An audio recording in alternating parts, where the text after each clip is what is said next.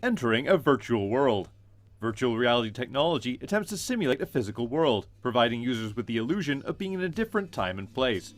The latest models allow you to interact with that world, stimulating the senses of sight, touch, hearing, and even smell. Virtual reality actually transports you to another world. You put the headset on and you actually can't see the world around you. It can project you on a beach, on top of a mountain in Japan, in the far-flung future. Virtual reality is a whole nother experience. The whole sector's been buzzing ever since Facebook bought Oculus, an American VR tech company, last year.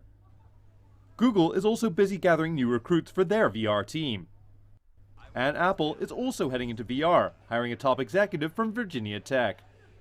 This year, we'll see the release of the first serious consumer VR headsets in 20 years. In the first quarter of the year, VR pioneers Oculus will launch the consumer version of their Rift headset. In April, HTC will launch its own product in conjunction with gaming firm Valve. And Sony will launch its PlayStation VR, an add-on for the PlayStation 4, which will bring VR into the living room. Last year was a year of experimentation for virtual reality, and this year I think will be implementation. So we'll see those first handsets come to market. Just last week, Goldman Sachs predicted that the VR market will generate $182 billion by 2025 in combined sales from hardware and software.